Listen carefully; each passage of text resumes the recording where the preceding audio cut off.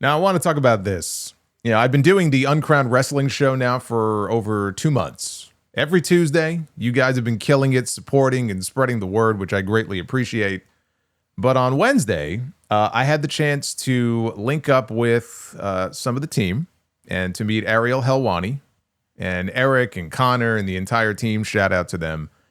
And getting the grand tour of the studio and the offices at Yahoo, and it was very cool. And of all the days to drop in, I found out that Ric Flair was going to be on Ariel's show that day. So at the end of all this, they invited me to sit in. The show was, about to begin, and they invited me to sit in on things in the control room. Pull up a chair, and we'll put a headset on you, and you can watch part of the show if you want. And the best way that I can describe this Ric Flair interview is that it was like watching a train derailment in real time, going off the tracks. But that's Ric Flair, right? It doesn't matter what time of day it is. He's going to have a drink in his hand, as he did in this interview, and he's going to open up about things that you weren't even planning on asking him about. He'll just go off on a tangent. And it can make for a very entertaining interview, if nothing else, entertaining and embarrassing, all rolled up into one. He was all over the place. This interview ended up lasting almost an hour.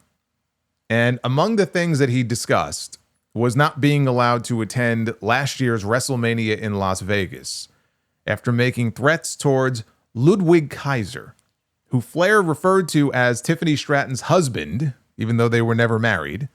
They're not even an item anymore. But he told Ariel, "I threatened to beat up Tiffany Stratton's husband last year, and I wasn't allowed to go." A 24-year-old kid being threatened by a 76-year-old man, and I can't go to WrestleMania. Are you kidding me? That English kid, he's going to go as far in wrestling as a gnat. He'll be a fly on the wall in a year.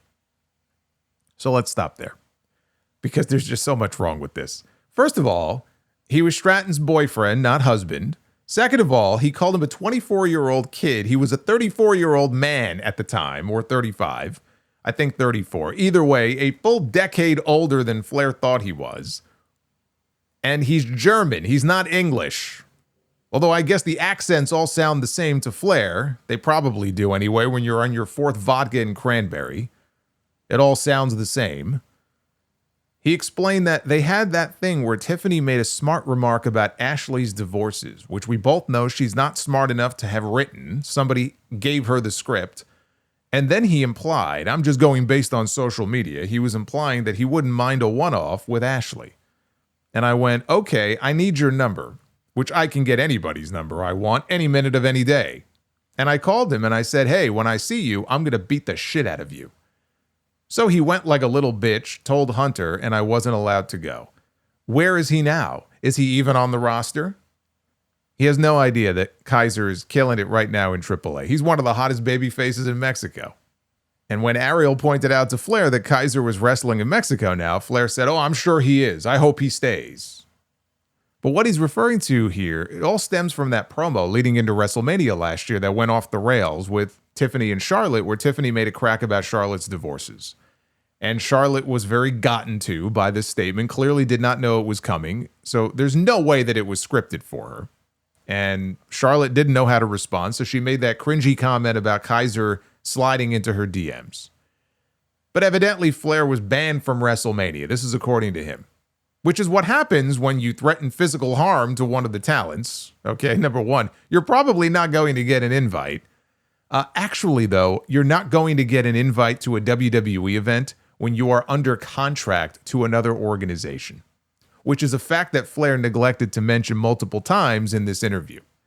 Like when he said that he felt disrespected that WWE never got back to him about inducting Dennis Rodman into the Hall of Fame this year. He claims Rodman asked him to do the induction, which, holy shit, what a disaster that would have been.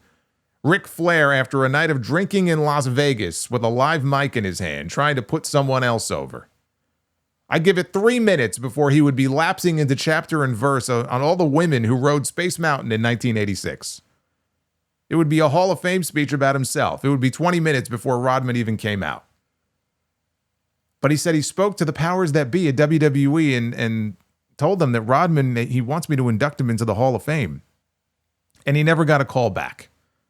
Well, yes, there's probably many reasons he didn't get a call back, but one of them was because you're under contract to Tony Khan. You technically work for AEW. I know AEW doesn't exactly have him doing anything right now, but as far as anybody knows, he is under contract to AEW. Why would WWE allow him to induct anybody into their Hall of Fame? He never mentioned that fact. He didn't mention it because he clearly feels that he is wrestling royalty. This is the other thing that comes across here in this interview. He should be held to a different standard than everybody else because he's Ric Flair. I mean, he said as much about the Roots of Fight stuff recently. He had to back out of his merchandising deal with Roots of Fight, their brand, which just announced its own deal with WWE. So I'm sure that had something to do with it because Flair works for AEW. And he wasn't happy about this. He said he was hoping they would make an exception for him. In this interview with Ariel, he flat out said, there should be a red carpet for me, a red carpet to the front row, and that's how I feel about it. With my contributions in this business and the work that I put in, hours and hours of trying to make wrestling something that it is today, and I got to have problems with politics. Give me a break. I'm not mad at anybody. I understand it's politics now. It's too much politics and not enough wrestling. Flair is going to go down as one of the greatest of all time. Okay, no matter what. Same as Hulk Hogan. They both stained their legacies in the last 20 years, more than anybody else could ever do to them, but they are still two of the biggest names in the history of the business. They should have been wrestling royalty, but they were their own worst enemy. The mask slipped, and people started to see a side of them that wasn't pretty. Maybe people would be more willing to roll out the red carpet for him and make exceptions for him in certain situations if he didn't embarrass himself so much or run the risk of embarrassing them. But in his mind, he's the legendary Ric Flair, and how come people aren't bending over backwards for me? Ariel asked him about Tony Khan, and Flair put him over as one of the best people he's ever known. He said, Tony Khan is one of the greatest people I've ever met in my life. And you know what? I wouldn't be surprised because he has the money to do it if he doesn't buy WWE one day. The Khan family's got more money than God. You know that, right? That's $9 billion price tag on WWE. That's nothing to Shad Khan. But more than that, Tony has provided an opportunity for guys who would never get a chance to work anywhere else because the WWE is a very difficult, very selective organization, and Tony has offered all of these opportunities, and he pays the guys good. All he cares about is making a product and making sure the people are happy. He's a very personable guy. It's funny him bringing all of this up when just recently it came out that Tony, in fact, did make a bid to buy WWE in 2023 for about $7 billion. And while I am sure he is a very nice guy and he would not over-commercialize the product the way that TKO has, no one person should hold that much power over an entire industry. I would like to think that even the hardest of hardcore AEW fans would agree that Tony Khan owning WWE and AEW would be a bad thing. We should not be concentrating that much power in one place. I don't care who you are. This week is a great example of why that is, by the way, with those WWE cuts. If Tony Khan owned all the major wrestling companies and you had a falling out with him and you left AEW, it's very rare that AEW will get rid of somebody. I mean, you have to really fuck up for them to fire you, but whether they fire you or they let your contract lapse, right? And let's say you're gone. Or if you left WWE and you wanted to go to AEW, right? But Tony owns both of them. Boy, your options are going to be real limited now, aren't they? I don't know why anybody would see that as a good thing. Flair was asked his thoughts about the audience at the Hall of Fame during Stephanie McMahon's speech, breaking out into a thank you Vince chant. And he said they should all be thanking Vince. Everybody in the world that likes wrestling should be thanking Vince McMahon. And when asked if he's been in touch with Vince recently, he said he hasn't been. He said, I feel like there's so much going on that I would be wasting his time. He knows how I feel about him. He lent me $800,000, and unlike what people portray, it was not for the IRS. It was to help me get through 3 divorces at one time. Boy, 3 divorces at once. Wow. And the thing of it is, he says, they hate hearing this. I paid him back every dime. When he called me and said that I can write this off, don't worry about it, I paid him back because I didn't want to let him down.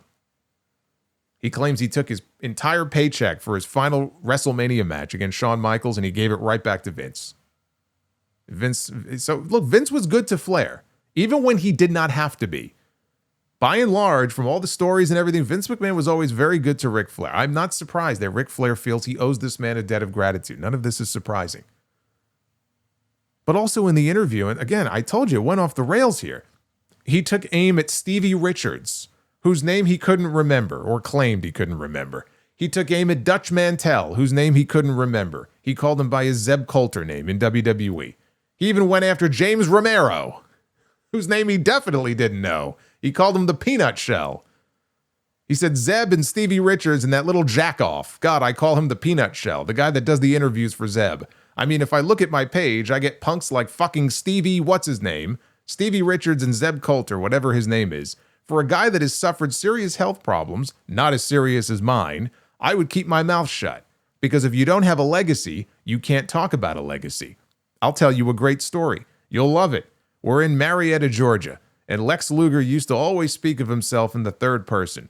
And he looked at Jack Mulligan, who was the agent, and he goes, "Why would a Lex Luger wrestle a Dutch Mantel?" And now I understand why Luger said it. Who in the fuck is Dutch Mantel? A fuzzball with serious health problems that should mind his own business. And Stevie Richards. My pinky finger is bigger than his neck. The man is on Ariel Helwani Show to talk about WrestleMania from 3 days earlier and what's going on in his life. And he's ranting about fucking James Romero and Stevie Richards. Over what? Fuck if I know. Because Stevie told a story once about Flair disrespecting him at a bar when he worked for TNA. I don't know if that's the clip that got him hot. I mean, Stevie told that story years ago, but this man gave these guys free publicity on Ariel's show for what reason, I have no idea. But then the best part about this, when he gets asked if that bothers him when they talk about him, which it clearly does, he says, no, it doesn't bother me. I laugh at it. He says, how could it bother me? Who were they? I was just in Vegas and I talked to Donald Trump on the phone. Do I give a shit about those guys? They don't even have Donald's number. And I can call Charles Barkley. I can call Shaq. I can call somebody famous. I can call Mark Wahlberg. I mean, I can call anybody because I've earned their respect. Darius Rucker, Kid Rock, Snoop Dogg. I have all their numbers right here on speed dial.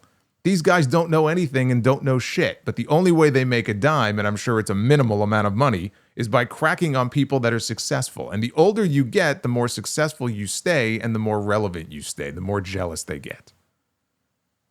This is not the flex that he thinks it is, by the way. He's throwing all these names out there. I like how he still refers to it as speed dial myself. Every number in your phone is speed dial. Okay, you just tap their name.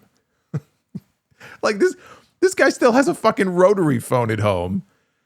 But like he joked, maybe he joked, I don't know. He could have been serious, but he joked that he hooked up with more women than Wilt Chamberlain did, who once claimed that he slept famously with 20,000 women in his lifetime. Flair says he beat that record by the time he was 39. And he goes, they weren't all tens. There were a couple of heavyweights along the way. But it was a small town. I don't remember their names, and I don't want them to remember mine. Now, Ariel did ask him, before this all descended into just complete madness, what he thought of his daughter's match at WrestleMania. And he said he didn't like it. He said, I didn't like her match at all. And I think that Ashley needs to be, and I know she enjoys her relationship with Alexa, but if Ashley is not in a title picture right now, in my life and as a spectator, without her in the main event in a singles match, and I think basically he was saying he kind of doesn't have any interest if Charlotte is not wrestling for a world title. Now, the next day, he did a little cleanup on aisle 5 on those comments, tweeting out, of course, first letter capitalized in every word.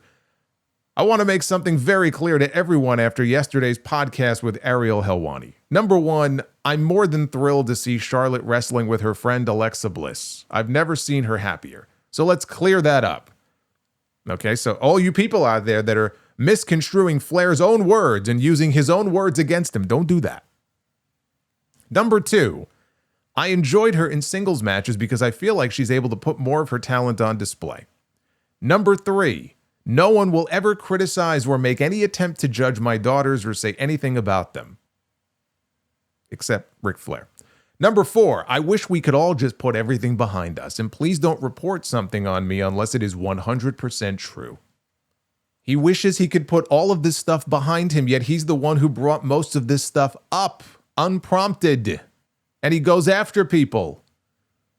And the fact is, based on some of the things that came out of his own mouth in that interview, especially the Kaiser stuff, the biggest source of misinformation here is Ric Flair himself. So the next time you sit down for that Thanksgiving dinner and your drunk uncle starts telling embarrassing stories, just be grateful he's not doing the helicopter with his dick and bragging on the internet about all the heavyweights that he has shacked up with over the years.